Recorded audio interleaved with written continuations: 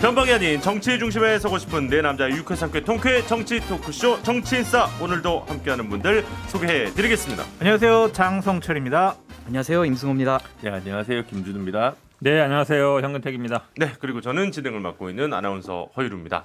어제 방송에 이어서 오늘도 임승호 대변인님이 함께해 주시겠습니다. 잘 부탁드립니다. 네, 감사합니다. 네, 자, 오늘 마중물 토크는 이 얘기로 준비를 했습니다. 윤석열 당선인의 배우자죠, 김건희 씨가 이 경찰견과 찍은 사진이 공개가 되면서 또 화제가 됐어요. 이게 요즘은 이제 일거수일투족이 다 좀 관심이 가는 그런 기간이기는 그럼요. 합니다만, 네. 아무래도 이제 뭐 후드티 재활용부터 해가지고 언론에 과연 이 정도까지 하는 게 좀 과하지 않냐, 뭐 이런 비판들도 있더라고요. 근데 어쩔 수 없는 현상이죠. 음. 대통령 부인 아니겠습니까? 그렇다면 뭐 옷을 뭐 입었냐, 뭐 머리를 어떤 형식으로 했냐, 뭐 신발은 뭐 신었느냐, 뭐 모든 것이 다 관심의 대상일 것 같고요. 또 마침 경찰견을 이렇게 좀 앉는 형식으로 찍어가지고 화제가 됐고 비판도 되고 있고 그러는데, 최근에는 뭐 상장 같은 것도 네. 사진을 찍어가지고 올렸다. 이게 맞냐 안 맞냐 이거 가지고 또 화제가 되더라고요. 하여간 김건희 배우자와 관련된 여러 가지 논란은 앞으로도 계속될 것 같아요. 근데 이제 그런 얘기는 있잖아요. 그럼 후드티를 그 재활용해서 입는다는 게 말이냐? 이제 언론이 그렇게 썼는데 그 후드티를 그럼 한 번 입고 버리는 사람이 어디 있어요? 그게 이제 다른 옷에 입어가지고 그런 건데, 네. 김정숙 여사와 관련된 여러 가지 옷 논란 때문에 우리 저 김건희 배우자의 옷이 또 주목받는 것 같습니다. 그 부분을 잘 지적하신 건데, 이게 그냥 평소에 뭐 하는 거고 대통령 부인에 관심 가는 건 상관없어요. 네. 근데 이제 지난번 뭐 개사관 논란도 그렇지만 지금 이제 김정숙 여사 옷 논란이 막 뭐 브로치 옷 뭐 이 논란이 막 될 때, 지난주에 한참 우리가 얘기했었죠. 그렇죠. 예. 근데 그거 관련된 어찌 보면 약간 상반되는 거를 이제 딱 올린 거란 말이죠. 그다음에 상장도 보면 참 시기적으로 그런데 조민 입학 취소, 그 결국은 표창장 상장 뭐 이게 문제됐던 거잖아요. 그거 나오니까 딱 올린다는 거죠. 평소에 올리는 거 뭐라 하겠습니까? 하필이면 그러니까 대비되게, 비교되게, 그러니까 좀 의도성이 있어 보이는 거라서 보는 사람이, 제가 보기에는 저는 별로 유쾌하게 보지 않았습니다. 아니, 민주당 쪽 분위기가 유쾌하게 안 보지. 저희들은 그냥 괜찮게 봤어요. 그러니까 이게 시기적으로 것 제가 보기에 같은데. 하필이면 꼭 그거 이슈가 될 때 그걸 올린단 말이죠. 근데 그 경찰견 사진 같은 경우에는 사실 옷에 김건희 여사가 포인트를 줬다기보다는 오히려 경찰견에 포인트가 있는 거고, 뭐 지금 이런 부분에 있어서 뭐 언론 보도 이런 것도 뭐 비판하시는 분들도 있는데, 사실 이게 이번에 촉발된 게 처음이 아니죠. 사실 문재인 정부 처음 출발할 때도 제가 기사 몇 개 찾아봤더니 외모 패권주의 이러면서 그 당시 상당히 많이 올라왔거든요. 뭐 같이 커피 뭐 마신다든지 뭐 그게 비판할 수 있습니다. 그래서 같이 비판을 해야 되는 거고, 또 지금 보면은 이게 저는 뭐 언론에서 주요 의제로 다루고 있는 것 같지는 않아요. 다만 이렇게 또 방송에서 해석을 하고 이렇게 하다 보니까 약간 양념처럼 지금 해석되고 있는 거지, 뭐 이걸 가지고 뭐 상장은 제가 공식적으로 그 게시물을 못 봐서 모르겠는데, 적어도 경찰견 사진 같은 경우에는 뭐 김건희 여사가 의도적으로 후드티를 강조했다고 보기는 힘들 것 같습니다. 아마도 이제 그 인터넷 매체에서는 흔히 우리가 이제 클릭 그렇죠. 장사라고 많이 하지 않습니까? 어쨌든 가십성. 예, 클릭이 뭐 된다는 얘기는 뭐 분명한 것 같은데, 김준우 변호사님 얘기까지 듣죠? 당선인 부부에게나 아니면 인수위나 이게 사실 벚꽃 같은 거잖아요. 화려하고 다들 열광하고 짧고. 예, 그 부분 잘 명심해가지고 음. 행보를 하는 게 좋을 것 같다는 생각이 들고, 본인도 사실 근데 향후에 공식 석상에 어쨌든 나오셔서 이런저런 활동을 해야 될 텐데, 예. 오히려 김정숙 씨에 대한 어떤 여사에 대한 비판을 불편해하지 않을까. 난 옷 못 입겠구나부터 예. 시작해서 여러 가지 생각이 또 들 것 같아요. 그래서 하여튼 뭐 여러모로 뭐 열광하시는 분들도 있고 더 날카롭게 보시는 분들도 있을 테니까, 그런 것들을 좀 심사숙고해서 잘 뭐랄까 대외 활동을 했으면 좋겠다 하더라도, 이런 뭐 생각입니다. 사실상 취임 전에 이제 공개 활동을 시작한 거 아니냐, 뭐 이렇게 보시는 분들도 제법 있는 것 같고, 그렇다 보니까 지금 얘기해 주신 것처럼 그 운영해온 코바나 콘텐츠라는 회사가 있잖아요. 네. 뭐 전시 관련된 그런 회사인데, 뭐 운영을 중단하는 것보다는 공익 사업을 주력하는 회사로 전환하는 쪽이 조금 더 뭐 검토하고 있다, 뭐 이런 기사들이 제법 보이더라고요. 근데 조금 우려스러운 부분이 있어요. 대통령 부인이잖아요. 예. 그 회사잖아요. 그러면은 정말 많은 사람들이 후원을 할 수밖에 없을 것 같아요. 많은 기업들이 알아서 후원할 수밖에 없단 말이에요. 예. 후원을 안 할 수도 없고 할 수도 없고, 후원을 받아가지고 전시를 하는 것도 적절한 것 같지도 않고 말이 나올 소지가 많다. 많죠. 음. 아니 후원을 안 해가지고 후원자들을 모집을 못했어요. 이것도 네. 문제인 것 같고 후원이 너무 많이 들어온 것도 문제인 것 같아요. 제 생각은 빨리 이렇게 좀 접으시는 게 어떠냐라는 생각이 듭니다. 사실 이제 김건희 그 당선인 부인 측에서는 이렇게 얘기를 하셨죠. 뭐 처음으로 그러니까 대통령 아내가 제대로 자기 일을 하는 모습을 또 이렇게 보여주겠다. 뭐 이런 얘기를 하기는 했었기 때문에 이게 어떻게 될지 저도 모르겠네요. 우리 장 교수님의 표에 동의하는 게 왜 그러냐면 이거를 지금 코바나 컨텐츠도 이제 중앙지검장 되면서 협찬이 굉장히 늘었거든요. 예. 근데 이걸 사업을 하면서 수익금을 받아가지고 기부하겠다는 건 좋아요. 기부는 좋은데 이 수익금을 받는 거 얘가 보기에 너무 없을 걱정 전혀 없고요. 예. 중앙지검장보다 대통령의 권한은 제가 보기 100배 더 많습니다. 1000배 더 크다고 봐야 돼요. 예. 그러면 그때보다 더 많은 회사나 기업들이 어떻게든 여기에 협찬하든지 기부하려고 할 거예요. 근데 그러면 당장 대통령의 권한을 이게 김건희 씨 보고 주는 건 아니거든요. 대통령 예. 보고 주는 거지. 그럼 말이 안 나올 수가 없어요. 그래서 아무리 이걸 기부한다고가 중요한 게 아니라 이 수익금을 받는 거, 협찬을 받는 거 이게 문제거든요. 예. 그래서 그런 오해를 없애려면 제가 보기 그거 자체를 안 하는 게 맞다. 법적인 리스크가 너무 커질 겁니다. 여러 가지 면에서. 그리고 네. 또 사실 우리가 이미 그런 좋은 의도로 시작했던 재단이 대통령의 권한과 맞물렸을 때 어떤 또 파열음이 나왔는지를 다 익히 우리가 봐왔기 때문에 또 그런 얘기를 비영리해도 힘든 거예요. 그러니까 비영리 법인을 만든다고 하더라도 오해를 살 거 아닙니까? 예. 근데 이것도 근데 영리법인이고. 살짝 다른 얘기 좀 드리자면 네. 전시 기획 일을 아예 하지 말라라는 건 전 좀 부당할 수 있다고 봐요. 왜냐하면 영부인도 지금 미국이나 다른 선진국 같은 경우에 자기 일을 수행하면서 좀 다르게 가져가는 부분도 있고 사실 문재인 대통령 같은 경우에도 영부인은 아니지만 아드님께서 전시 관련해서 뭐 자신의 예술 쪽 일을 계속 해가지고 저는 그 활동은 할 수 있다라고 봅니다. 다만 어떤 지원금을 받는다든지 이런 부분에 있어서 도의적으로 맞냐 그 부분이 상당히 좀 토론이 있었던 거거든요. 그래서 저는 김건희 여사에 대해서 뭐 전시 기획을 아예 하지 마라.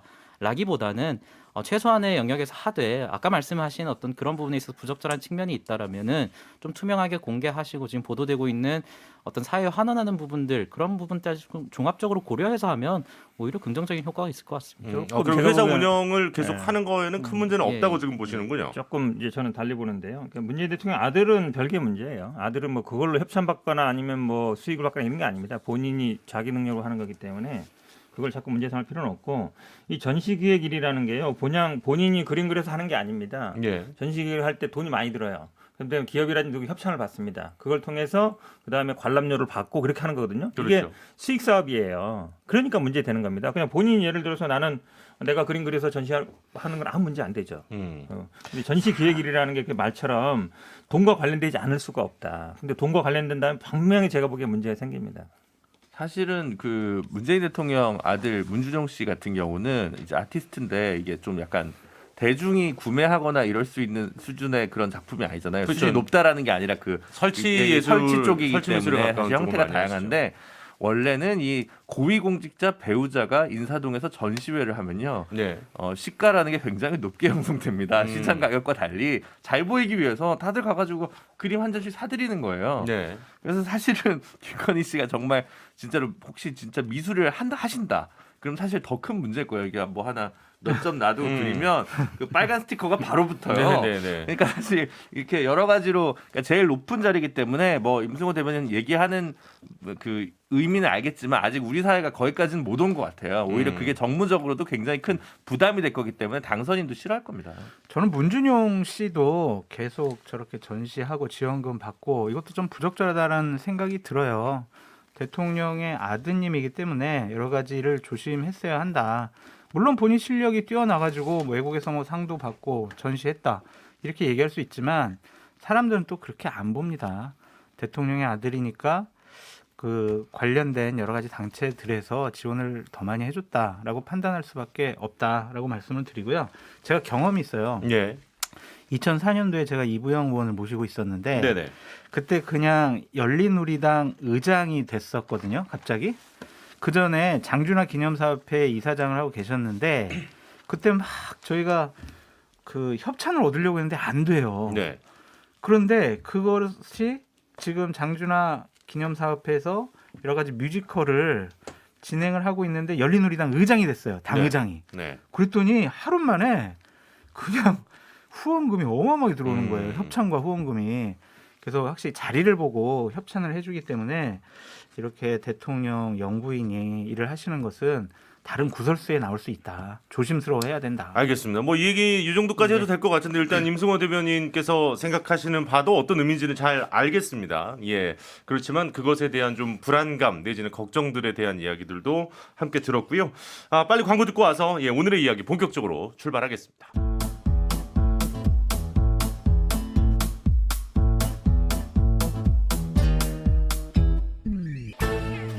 유쾌한 정치 토크쇼 정치인싸. 네, 정치인싸입니다. 오늘의 첫 번째 주제 윤심에 대한 이야기를 좀 해볼까 합니다. 네, 국민의힘 원내대표의 권성동 의원이 선출이 됐습니다. 이건 조금 대부분의 분들이 예상하지 않으셨을까요? 사실 권성동 의원이 아주 넉넉하게 원내대표에 선출이 되셨는데 과연 이것이 이제 윤심 영향력의 결과라고 봐야 할지 본인도 더 이상 윤핵관이라고 부르지 말고 이제는 이제 원내대표로 불러달라 이렇게 얘기를 하셨던데 말이죠. 어떻게 보셨습니까? 당연한 수순? 그러니까 음. 권성동 의원이 원내대표에 나갈 거다라는 건 당선 직후에 파다하게 정가에 퍼진 얘기이기 때문에 이분 장관도 원치 않고 원내대표로 가려고 하면 다들 이게 제일 원만하겠구나라고 생각해서 어쨌든 본인이 걸어온 궤적상 윤핵관이라는 지칭을 이제 거부할 수는 없을 거고 다만 당선인 입장에서도 사실 당에 안착하는 과정에서 권성동 의원의 역할이 상당히 있었으니까요. 정진석 부의장이랑 두 명이 제일 먼저 앞장을 섰던 거니까 본인의 기여도 있고 본인이 단순 낙하산이라고 생각하지는 않을 거고 본인의 몫이 있었다라고 생각해서 그렇게 놀라운 일은 아닌 것 같은데요. 다만 이 과정에서 지금 경쟁을 예상됐던 김태흠 의원이 충남지사 출마 쪽으로 틀면서 이 교통 정리가 좀 된 건데 그럼 이따 얘기할 김은혜 지사 출마 건도 그렇고 상당히 그 당내 인사 그리고 공천에 관해서 당선자께서 꽤나 좀 그립감 있게 나오시는 거 아니냐라고 해석될 수밖에 없다.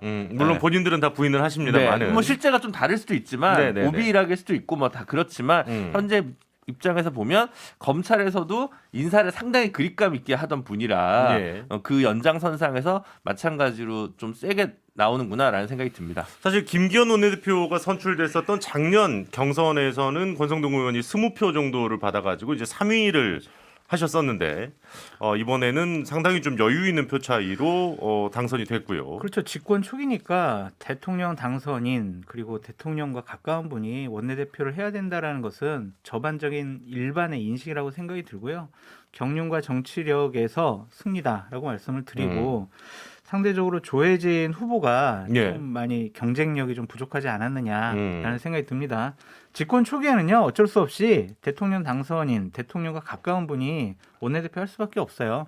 2013년 같은 경우에도 박근혜 대통령 처음 집권 초기에 당시 가장 가까웠던 최경환 의원이 원내대표 되셨거든요. 이건 당연한 수순 같다라는 생각이 듭니다. 어떻게 보셨습니까? 저도 결과 자체는 충분히 예상할 수 있었고 표 차이가 60표 정도 나는데 이게 의외다라고 말하시는 분들도 있지만 사실 표 차이도 클 수 있다라는 게 좀 지배적인 분석이었던 것 같아요. 그래서 저는 예상했던 결과고 장 교수님께서 원론적인 얘기들 다 말씀해 주셨고 또 어제 이제 의원총회에서 권성동 원내대표께서 하신 말씀들을 보면 지금부터가 좀 큰 권성동 원내대표의 큰 과제가 주어진 것 같습니다. 사실 권성동 원내대표가 선거를 치르는 과정에서도 당선인에게 청년들의 목소리나 이런 것들을 좀 가감 없이 전달한 바도 있고 한 줄 공약이라든지 이런 부분에 있어서도 굉장히 좀 큰 역할을 했다라는 그런 분석들이 있어서 그 역할을 원내대표를 수행하시면서도 굉장히 좀 잘 수행하실 것 같다라는 그런 기대들이 많은 상황에서 어떻게든 청와대와 지금 당 사이의 가교 역할을 굉장히 충실히 하셔야 될 텐데 단순히 한쪽의 편을 든다기보다는 여러 여론에서 나오는 것들 특히나 어제 말씀하셨던 것 중에 청년들의 목소리가 반영되지 않는다면 민주당의 여론전을 이기지 못한다. 이 부분이 저는 포인트라고 봐요. 그러니까 당내에서 지금 이준석 대표가 말하고 있는 세대 포이론 내지는 세대 연합론 이런 것들에 대해서 신임 원내대표가 굉장히 좀 잘 이해하고 있구나라는 그런 평가들이 많아서 그런 부분들을 좀 충실히 수행해 주신다면 굉장히 좀 긍정적인 역할이 될 것 같습니다. 지금 말씀하신 그 과제는 역시 이제 지방선거가 제일 큰 첫 번째 과제가 될까요? 그렇게 보십니까? 지방선거 당연 큰 과제로 음. 지방선거에서 승리하는 것이 결국에는 지금 뭐 원내대표뿐만 아니라 모든 지도부의 어떤 운명이 달린 것이고 특히나 대선 결과에서 봤을 때 뭐 경기도라든지 이런 부분에 있어서 국민의힘이 좀 굉장히 어려운 부분이 있을 수도 있다라는 분석이 굉장히 커지고 있어서 그 지역에서 전략을 잘 짜고 또 어떤 선거 전략을 가져갈지가 굉장히 중요할 것 같습니다. 지난주에는 이제 임성호 대변인 안 계셨으니까 그럼 제가 그거까지만 좀 여쭤보고 현 변호사님 말씀 좀 드릴게요. 지방선거 승리의 기준을 혹시 어떻게 보고 계시는지 궁금합니다. 저는 이준석 대표도 이거 관련해서 좀 말씀을 하신 것으로 네네네네. 알고 있는데 뭐 저도 대표의 분석이 동의합니다. 수도권 중에서 서울, 경기, 인천 중에서 2개 이상 가져갔으면 좋겠고 저는 압승했으면 좋겠어요. 3군데 다 가져갔으면 좋겠고 여기에 더해서 충북 지역, 충청도 지역이 사실 좀 지역마다 지금 대선 결과로 왔다 갔다 하는 측면이 그렇죠. 있어가지고 거기에서 좀 가져가는 것이 좋고 또 추가적으로 제 개인적인 바람이 있다면 이제 호남 지역에 굉장히 좀 저희가 많이 투자를 했고 그래서 이번 선거에서 지선에서는 적어도 기초의원 단위에서 몇 분이라도 조금 지방의회로 진출하셨으면 하는 개인적인 바람이 있습니다. 네. 현 변호사님 얘기 드릴게요. 네. 일단은 뭐 야당이 된 입장에서 보면 아마 당청 관계 얘기 안 할 수가 없죠. 우리가 항상 뭐 당정청 얘기하지만 실제 예. 권력 순위는 반대 아니냐, 청정당 아니냐 이런 얘기 많이 예. 나오고 결국 여의도 출장소라는 얘기도 나오는데 수직적 당청 관계가 될 가능성이 많다. 왜냐면 지금 뭐 그렇지 않아도 워낙 뭐 핵관 중에 핵관이라 얘기하고 있고 본인도 그 힘으로 된 거잖아요. 그럼 예. 결국은 당선인의 뜻을 거스르기 쉽지 않을 것이다. 근데 그게 제가 보기에는 그러면 아마 여야가 충돌될 가능성이 굉장히 많다. 물론 이제 당선인이 뭐 본인이 어느 정도 의지를 뭐 타협적으로 나올 것 같긴 해요. 지금 예. 아마 정부조직법도 보면 이제 안 한다는 얘기잖아요. 그렇죠. 지금 안 한다는 얘기 보면 이게 통과 가능성 굳이 이제 야당과 이게 마찰을 일으키지 않겠다는 것 같아서 어느 정도 타협할 것 같긴 한데 그렇지 않고 만약에 예를 들어 본인이 원하는 뭐 인사, 그래서 검찰의 인사라든지 아니면 예. 법무부 개혁이라든지 아니면 뭐 지금 얘기 나왔던 법무부 장관의 지휘권을 폐지한다든지 이게 부딪힐 수 있는 일들이 있거든요, 분명히. 그렇죠. 이제 그런 일들을 만약에 할 경우에는 권성동 원내대표의 역할이 굉장히 작아질 수 있다. 왜냐하면 당선인의 뜻이 확고하고 네. 그럼 또 야당은 반대하고 그럼 이게 타협의 여지가 있으려면 본인이 권한이 있어야 되거든요. 어느 정도. 그렇죠. 협상의 여지가 있어야 되는데 그럴 수 있을까 하는 생각이 조금 듭니다. 알겠습니다. 일단은 뭐 권성동 원내대표가 이 정도 표 차이 뭐 상당히 이제 여유롭게 되셨기 때문에 뭐 지금 말씀해 주신 것처럼 지방선거를 포함해서 초반에 어떤 분위기를 가져갈지는 좀 지켜보도록 근데 하고요. 조금만 첨언하면 네. 저는 권성동 대표가 잘 하실 거라고 보는데 어쨌든 이분이 탄핵 당시에 법사위원장입니다. 탄핵 네. 소추를 한 그러니까 완전히 뭐 극우 보수 뭐 이런 스탠스나 이런 포지션에 있는 분은 아니고 그래서 검사 출신이고 뭐 그렇긴 하지만 상당히 또 그 합리적인 대화를 하는 역량을 가진 분으로 또 알려져 있어요. 예. 이제 그렇기 때문에 뭐 아주 완전히 신복처럼만 움직이진 않을 텐데 다만 그리고 이제 지방선거 결과는 당 대표가 책임지는 거죠. 그렇죠. 뭐 원내대표는 좀 다른 네네네네. 별점일 거고 그런 건데 이제 그래도 너무 조금 뭐랄까 과도하게 그립감 있게 윤 당선자가 나오면 네. 둘의 관계는 꼭 반드시 그렇다면 원만할까?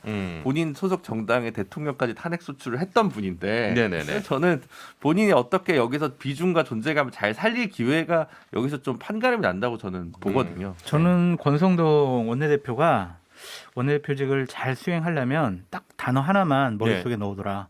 아부해라. 라고 말씀드리고 무슨 얘기입니까 그게? 그러니까 민주당이 아바라는 얘기. 민주당 원내대표에게 아부해야 돼요. 그 지금 민주당이 절대 의석을 갖고 있기 때문에 민주당 원내대표의 권한과 의지와 신념과 고집이 국회에서 많은 것들을 결정할 수가 있어요. 예. 그러니까 인간적으로 친해지라는 얘기예요.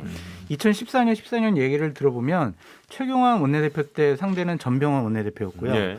이완구 원내대표 때 상대는 박영선 의원이었어요.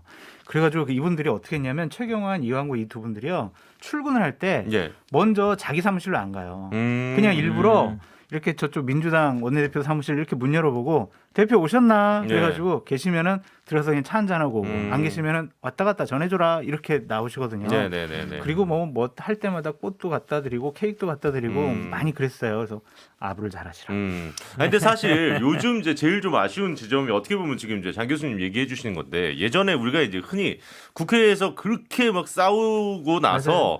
나가면서는 어깨동무하면서 아이 그 포장마차. 간단하게 국밥이나 하나 먹으러 네. 갑시다. 이제 약간 이렇게 맞아요. 푸는 게 있었는데 요즘은 너무 이게 좀 날카로워요. 대립이 날카롭다 보니까 끝나고도 아예 뭐 서로 대화 자체를 안 하는 경우들이 많다고 하더라고요. 그래서 맞습니다. 지금 말씀하신 그런 부분들은 예, 좀 필요하지 않을까 이런 생각이 좀 들고 네. 이제 다른 분들 얘기도 좀 하죠. 네.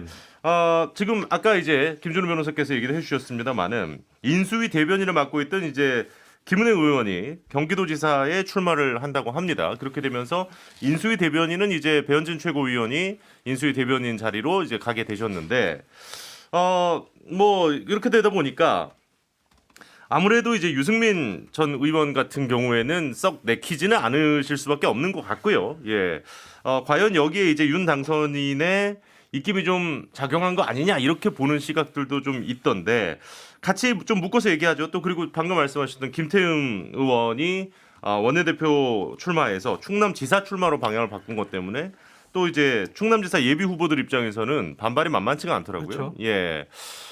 그래서 어떻게 보시는지 좀 궁금합니다. 요 두 분의 이야기 좀 같이 묶어서 하죠. 저는 김은혜 의원의 출마는 견제구 성격이 크다고 생각이 들어요. 그리고 삼박자가 맞았다라고 말씀을 드립니다. 경선에서 오히려 더 좀 힘이 있을 수도 있는 거 아닙니까? 지금 분위기로. 그렇죠. 지금 조직이 붙고 있다라고 말씀을 드려요. 네. 김학용 의원 같은 경우에는 지방선거 공천관리위원회에서 사퇴를 하고 김은혜 의원의 지금 선거대책위원장 맡겠다. 그리고 경기도에 있는 많은 의원들이 김은혜 의원 돕기 시작을 했다라고 본인이 얘기를 했어요. 예, 예. 그런 거 보면 이제 조직이 지금 동원되고 있다라고 보여지고 제가 삼박자가 맞았다고 생각이 드는 건 뭐냐면 김은혜 의원의 의지, 윤핵관들의 부추김, 윤석열 당선인의 용인 이 삼박자가 맞아서 김은혜 의원이 경기도지사에 출마하게 된 것이다 라고 말씀을 드리고 김태형 의원 같은 경우 원내대표로 나왔으면은 조혜진 의원보다는 훨씬 더 경쟁력을 보여줬을 거예요. 예. 그래서 윤석열 당선인께서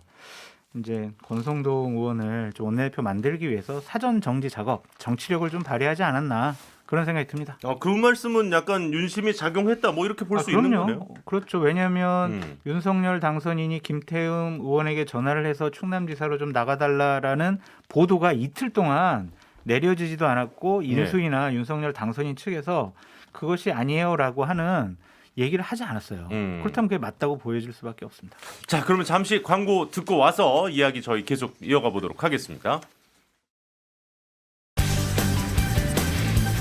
지금 여러분께서는 유쾌한 정치 토크쇼 정치 인싸를 듣고 계십니다.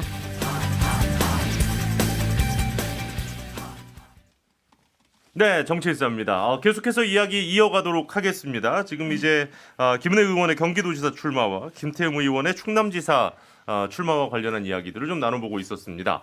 현 변호사님 얘기 좀 들을까요? 뭐 저희는 내용은 잘 모르죠. 그렇긴 한데 네. 대체로 흘러가는 분위기가 이제 기시감이 두 가지잖아요. 하나는 당심과 민심을 어떻게 얻느냐. 이게 이제 지난번 아마 대선 후보 선출 때도 우리가 봤고, 예. 그다음에 지난번에 이준석 대표가 될 때도 봤단 말이죠. 근데 사실은 유승민 의원이 아마 민심에서는 앞설 가능성이 많아요. 네. 근데 당심에서는 지금 말씀처럼 당선인의 마음을 얻고 주변에 쉽게 결국 현역 국회의원과 지역위원장, 당협위원장들이 얼마나 붙느냐가 문제거든요. 근데 거의 가는 분위기예요. 근데 보면은. 이제 이준석 대표 같은 케이스를 말씀을 하셔서 이준석 대표도 당심에서는 많이 밀렸습니다만 그렇죠.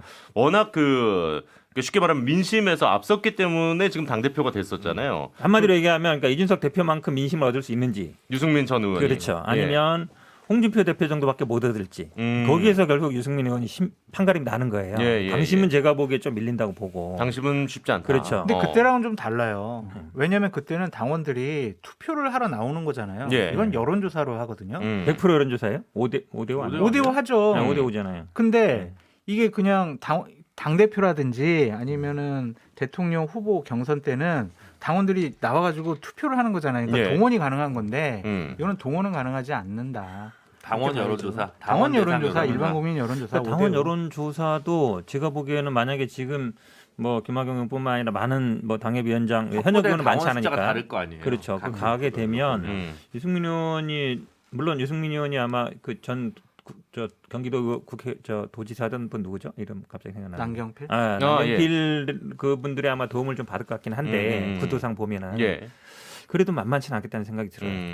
제가 좀 덧붙이자면 뭐 유승민 의원이 민심만 챙겨서 지금 갈 수 있는 경선은 아니라고 봐요. 왜냐하면 방금 말씀하신 것처럼 이준석 대표가 당심 차원에서는 이제 당시 나경원 후보한테 밀려서 2등으로 알고 있는데 격차가 그렇게 크게 나진 않았습니다. 오히려 전통적인 국민의힘 지지층에서도 이준석 대표를 당원분들 중에서 지지하는 분들이 많아서 당심이 같이 가야 되고 또 조직 차원에서 사실 뭐 경기도당의 위원장 맡고 계신 분들의 상당수가 사실 김은혜 의원 쪽으로 많이 움직이는 것도 분명한 사실이라서 예.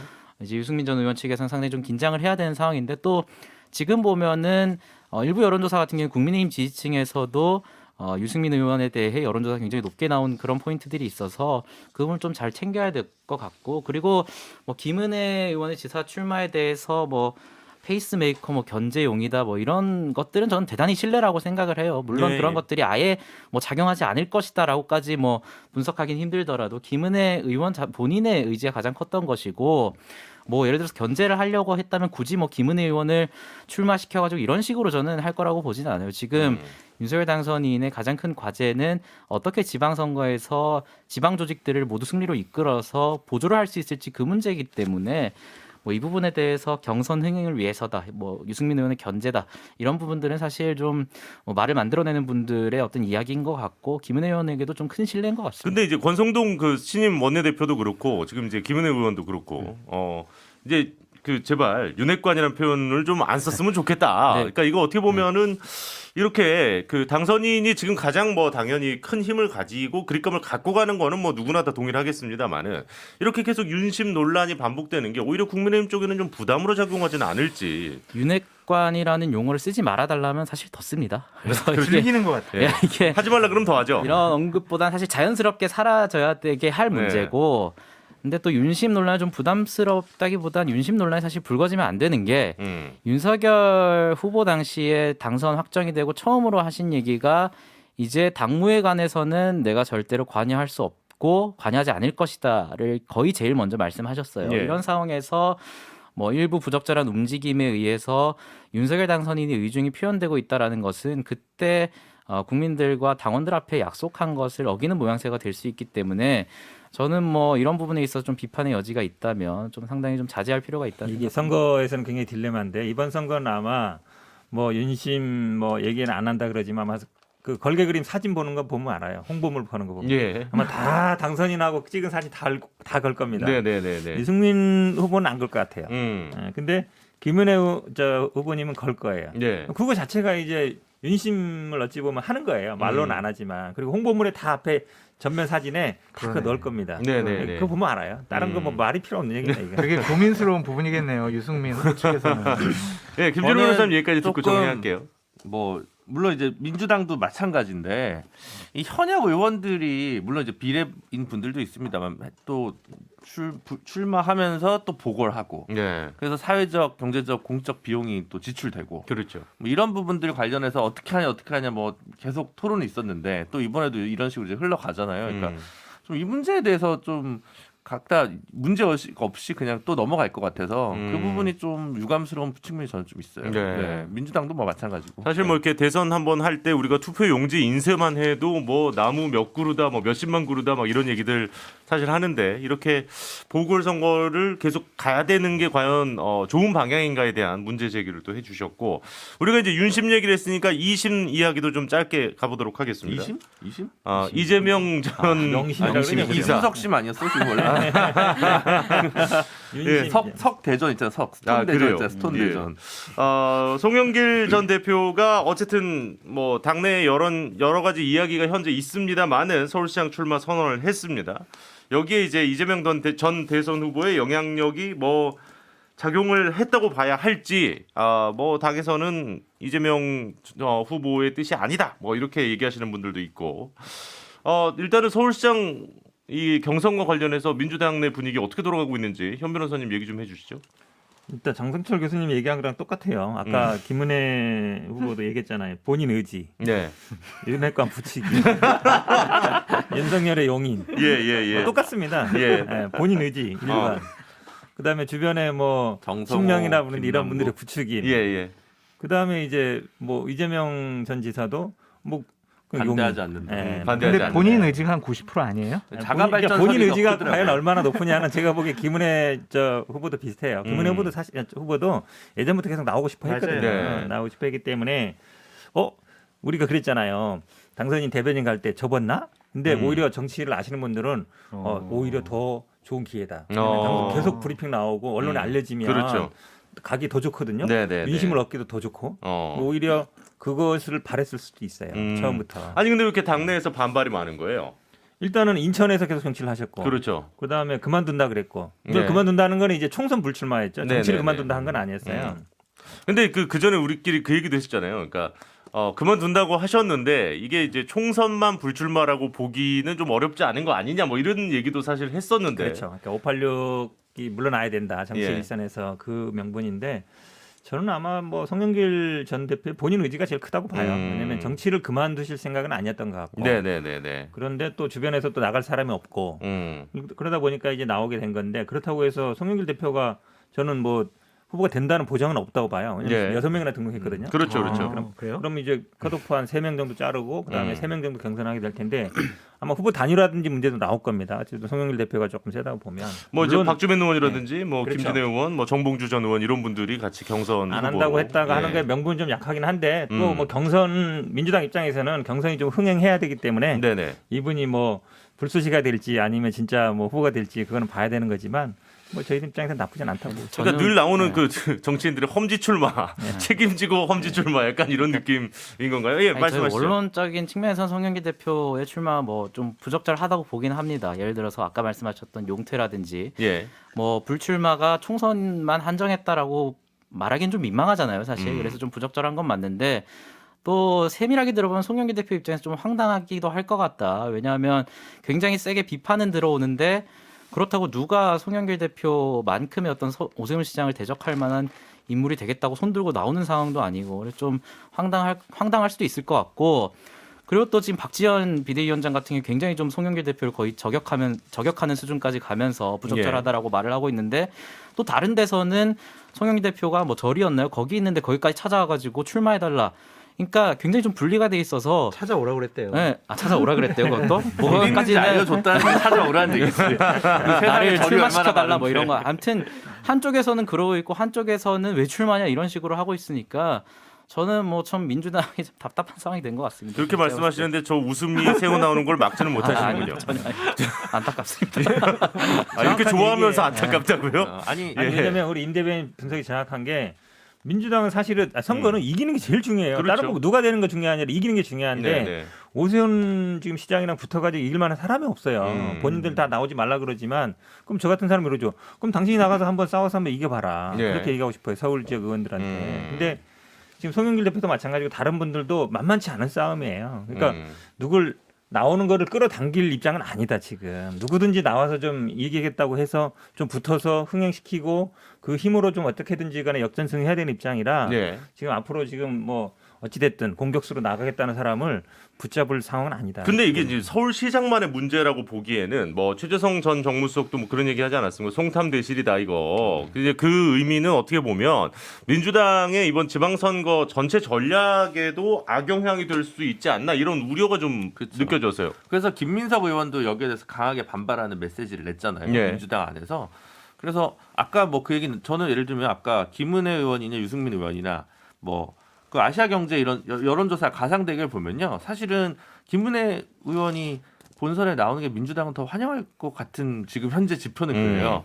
거꾸로 서울시장 후보에 송영길 후보가 본선 나오면 네. 예상되는 석패 이런 느낌이 좀 있어요. 솔직히 예, 예. 밖에서 보기에는 민주당 출신 광역 단체장이요 재선에 실패한 경우가 거의 없어요. 네. 2014년에 송영길 후보는 음. 송영길 대표는 인천시장 재선에 실패했습니다. 그랬죠. 그러니까 광역 단체장으로서의 역량이나 기대 가능성이 조금 제가 볼 때는 이미 적은 거 아니냐라는 생각이 들어요. 2014년이 뭐 민주당이 무조건 구도상으로 석패하는 건 아니었거든요. 네네네. 그런 점에서 봤을 때 이게 그래 가장 매력적인 카드냐.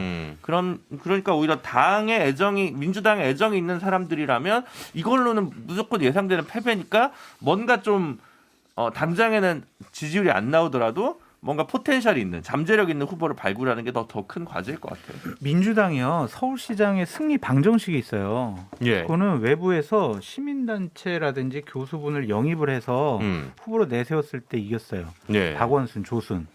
민주당에서 본인들의 그건 정치인들 본인들 바운더리에 있는 분들 내보냈을 때는 졌거든요. 예. 그 승리 방정식에 따르면 이번에 서울시장 후보군들을 보면 조금 예전과는 다르다라는 생각이 들고요. 이게 서울시장 후보를 잘못 내면요 경기도 인천까지 미쳐져요. 그러니까 수도권으로 한 묶음으로 된다고요. 근데 지금 뭐 말씀하신 부분에서 그럴 만한 후보가 있냐가 지금 문제 아니겠어요? 찾아야죠 밖에서. 밖에서 찾아야 돼요. 오히려 외부에 좀 더 눈을 돌려라. 그렇죠. 그러니까 예를 들면 2018년도 같은 경우에도 저희 자유한국당 측에서 되게 부러웠던 건 뭐냐면 당시에 서울에 박원순, 경기도의 이재명, 인천의 박남춘 이 세 분이 공동 공약 발표 같은 거 하면서 예. 세 분이 한꺼번에 같이 이제 언론에 주목받은 적이 있거든요. 그러니까 그런 것들은 되게 부러운 거죠. 그러니까 이번에는 만약에 서울 오세훈, 그다음에 경기도 유승민, 인천에 뭐 누구 이렇게 하면은 오세훈, 유승민만 딱 얼굴만 봐도 예를 들면 김은혜 대변인도 될 수 있고요. 이러면은 국민의힘이 훨씬 더 소구력이 있다라고 보여져요. 근데 외부 인사를 좀 그 얘기까지 들여오긴 듣고 힘들 것 같아요. 이게 시간적으로도 굉장히 힘들고 특히나 서울시장 같은 경우에는 굉장히 좀 민주당 입장에서는 어려운 선거가 될 텐데 뭐 제안을 받는 사람 입장에서도 내가 그 리스크를 왜 감수해야 되지라는 생각도 분명히 들 것 같고 그래서 예. 민주당에서는 뭐 지금 여러 가지 얘기가 나오는데 결국에는 저는 이재명 후보가 등판할 가능성이 굉장히 크다고 봅니다. 왜냐하면 지금 서울시요? 서울시가 아니라 다른 뭐 분당이든 지금 거론되는 지역에 등판을 해서 전체적인 영향을 끼치려고 하겠죠. 사실 외부 인사 영입도 굉장히 힘들어진 상황에서 지금 뭐 경기도나 서울시나 뭐 지방선거 차원에서 민주당이 어떤 크게 주목받는 인물이 제 개인적인 해석으로는 별로 없는 것 같아서 결국에는 지금 시간적 측면에서 이재명 전 후보가 어떤 지역이든 등판을 해가지고 예. 전체적으로 언론의 주목을 끌고 민주당이 전체 선거 전략을 가져가는 형국이 될 수밖에 없지 않을까라는 제 개인적인 요거에 관련해서 아주 짧게만 얘기를 짚고 어쨌든 말을 해주셨으니까 넘어가야 될 것 같은데 이재명 전 후보의 그 보궐선거 출마설 어떻게 보십니까? 저는 뭐 높지는 않다고 봅니다. 물론 당내 논란이 있습니다. 아마 네. 전당대회 나가서 당대표 해야 된다는 거는 큰 논란은 없는 것 같은데 이번 보궐선거 그러니까 예를 들어서 보궐선거 나오는 지역에 출마해야 되느냐에 대해서는 부정적인 여론이 더 많아요. 당내. 그러니까 지금 논란이 이제 있습니다만. 경기지사까지 하셨던 분이 지금 말씀해 주신 대로 뭐 예를 들어 지금 뭐 말 나오고 있는 곳이 분당이라든지 뭐 이제 이런 김병욱 데인데 의원이 성남시장에 출마하면 그 자리에 그렇죠. 나가거나 그 옆에가 김문혜 의원이죠. 그러니까 분당 가브리 재보궐이 둘 중에 하나는 날 가능성이 높으니까 뭐 거기에 나간다. 이게 지금 풍문입니다. 네. 그러니까 이게 과연 맞는가도 조금 예. 그러니까 대체적인 여론은 당내 여론은 너무 빠르다라는 생각이 많아요. 그러니까 당 대표를 하고 뭐 당을 어느 정도 해야 된다는 거에 대해서는 뭐 별 이견은 없는 것 같은데 예. 보궐선거 지금 선거 끝난 지 얼마 안 됐고 그 다음에 지금 말씀드리는 것처럼 뭐 성남시장 나가느니 김문혜 의원이 되는 지역 나가는 거는 건 그 사람들이 일단 김문혜 의원이 당선이 돼야 되고. 그렇죠. 그다음에 김병욱 의원도 이따 시장에 나가야 되는 거기 때문에 네네네. 사실은 뭐 그걸 약간 종속 변수로 얘기하는 거는 저는 의미는 없는 것 같아요. 그럼 약간 이제 언론이 좀 만들고 우리 이제 있는 이준석 출마설이다. 대표가 계속 띄우고 있잖아요. 나온다 그리고 저격수 있다 뭐 누구 나가 뭐 저격수 대충 예상이 되잖아요. 네네네. 안철수 인수위원장은 제가 보기에 이준석 대표 말을 잘 안 들을 것 같고 원희룡 지금 위원장도 뭐 내각이라든지 일로 가고 싶어 하겠지. 당장 출마 생각 잘 안 되잖아요. 이준석 대표가 본인이 모르겠어요. 제가 보기에 제 생각에는 아마 이재명 전 지사의 영향력, 지방선거에 대한 영향력을 좀 이제 축소시키려고 아니면 단절시키려고 하는 것 같긴 한데 너무 제가 보기에 좀 오지랖이 넓은 게 아닌가. 아 근데 하는 생각이 들어요. 저는 이재명 고문의 지금 뭐 성남 출마, 분당 출마 이게 중요한 게 아니다라고 말씀을 드리고 싶어요. 현근택 변호사가 예. 제주도에 보궐선거 있으면 나가느냐 안 나가느냐 그것이 지금 가장 중요한 문제가 아니냐. 그렇죠. 제주 언론에서 지금 쓸 워딩을 만들어 주셔 아니 오용원 의원이 만약에 제주도 도지사 선거에 나가게 되면 그 자리에 현근택 변호사 나가느냐 안 나가느냐 이것이 우리가 관전 포인트 아니겠습니까? 네. 아니에요? 일단은 저는 제 출연지를 지켜야 되는 네. 진행자이기 때문에 언제든지 뭐 여기 계신 네 분 모두 예 저는 큰 응원을 보내고 있습니다. 그 예, 그 정도만 민주당의 하고요. 메시지가 중요한 것 같아요. 근데 네네. 저는 이제 두 가지 축인데 하나는 결국 서울시장, 부산시장 어떻게 공천하느냐, 경기지사. 그래서 민주당의 새 메시지가 뭐냐를 좀 빨리 뽑아내야 될 것 같고요. 예. 저는 사실 작년 재보궐 때는 박주민, 박용진 혹은 부산 김혜영 이렇게 세대 교체를 민주당에서 내거는 게 맞다고 생각했는데 네.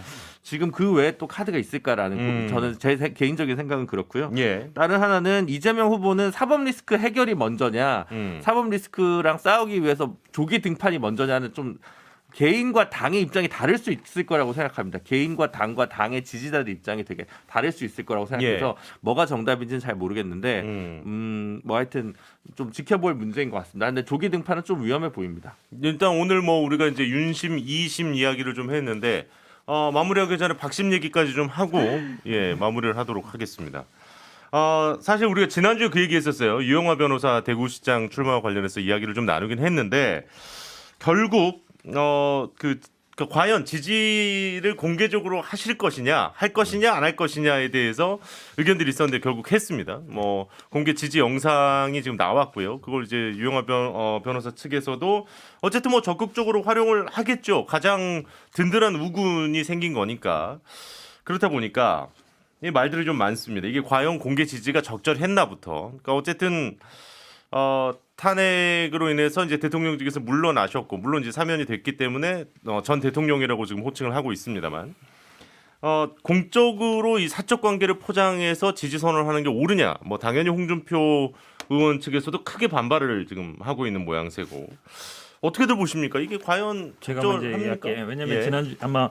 지난번 방송에 다 비슷한 생각이었을 때 이 메시지는 분명히 유영하 변호사에 대한 지지, 그 정치적인 발언이다라고 다 얘기했잖아요. 그렇죠. 왜냐하면 뭐 대구와 대한민국을 위해서 뭐 도와주겠다 뭐 이런 얘기했기 때문에 정확하게 나온 거잖아요. 그에 따라 한 건데 적절하냐 안 하냐에서는 아마 적절하지 않다는 의견이 다수일 거예요. 예. 그렇잖아요. 왜냐하면 전직 대통령이고 사면을 받았고 그렇죠. 그 사면을 받았고 그리고 사면에 대해서 예를 들어서 국민들한테 뭐 사과라든지 이런 메시지도 아니고 그냥 처음 메시지인데 특정인을 거명해서 지금 선거에 나간 사람들 도와달라고 한 거기 때문에 예. 강력한 또 메시지였거든요. 그러니까 뭐 그 지난 뭐 5년 동안 가장 힘든 시간에 뭐 이제 떠나지 않고 그건 알겠는데 그걸 해줬다. 그렇다고 뭐 해서 이제 이런 메시지 내용이었죠. 선거에 나서고 지금 이제 당내에도 주자들 있는 상황에서 한 사람 딱 찍어가지고 내가 못 이룬 꿈을 이루겠다. 이거는 제가 보기에 그냥 대구시장만 염두에 둔 건 아닌 거예요. 예. 대구에서 어쨌든 본인의 정치 경향을 갖겠다는 거기 때문에 당연히 제가 보기에 국민들도 부적절하다고 볼 것 같은데 그거는 논외로 하고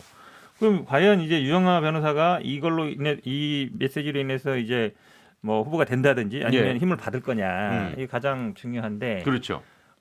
김재원 의원 제일 곤란하겠죠. 본인은 이제 박심 어쨌든 친박 그 이미지로 나온 건데 예. 굉장히 곤란하면 결국은 이제 홍준표 유영하 구도에서 유영하 변호사가 확실하게 뭐 우세를 점할 거냐 그렇게 보진 않아요. 네. 왜냐하면 박근혜 전 대통령에 대한 지지하고 그분이 지지하는 사람 지지하는 건 별개거든요. 그렇죠, 그렇죠. 왜냐하면 기본적으로 뭐 유영하 변호사가 대구에서 뭘 해왔거나 어떤 비전을 제시하거나 그건 없거든요. 네. 그래서 영향은 있겠지만 대세를 뒤집기는 쉽지 않지 않다. 근데 만약에 그렇게 되면은 이제 지난주에 우리가 그 얘기를 짧게 했었기 때문에 못 들으신 분들을 위해서 말씀을 드리면 만약에 이제 이렇게 공개 지지까지 했는데 네.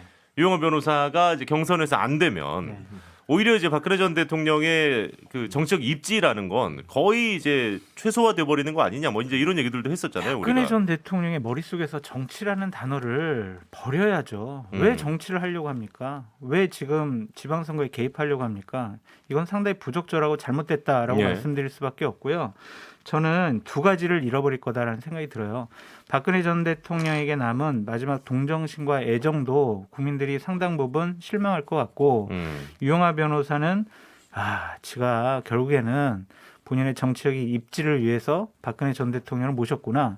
그거에 대한 진정성을 의심받을 것 같아요. 저는 박근혜 전 대통령께 말씀드리고 싶은 게 뭐냐면 국민적인 동정심을 본인에 대한 지지로 착각하지 마시라. 제발 정치에 관여하지도 마시고 생각도 하지 마시라라고 말씀드립니다. 상당히 좀 강경한. 예.